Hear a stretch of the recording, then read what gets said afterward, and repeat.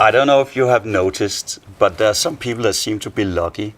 And the people who seem to be lucky, they are very often very open-minded, going a bit apparently random through life, but they just happen to run into one good thing after another. And other people, they work very hard, but they don't seem to have much luck.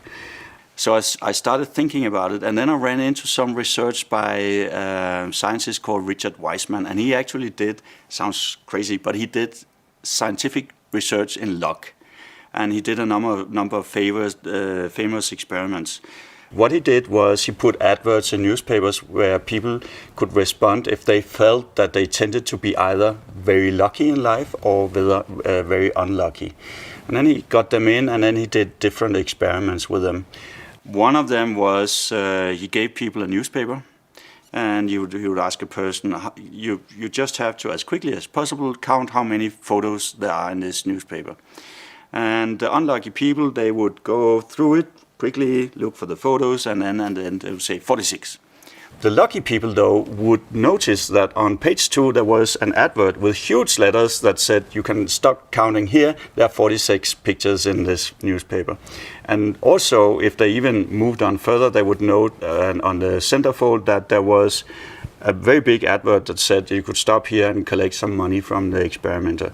So one difference he noted, that Wiseman noted, by the way, I love the name Wiseman, but that's another thing.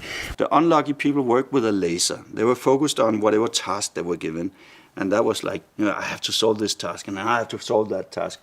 But the more lucky people, they were more like working with a radar, so they would look more around what else is around in the world.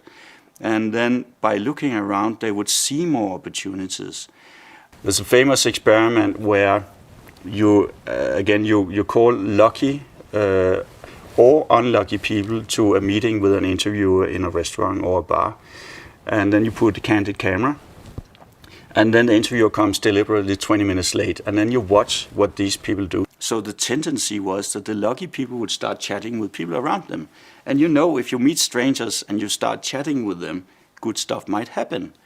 But if you just sit and stare down in the newspaper, do nothing, I think nothing comes from nothing.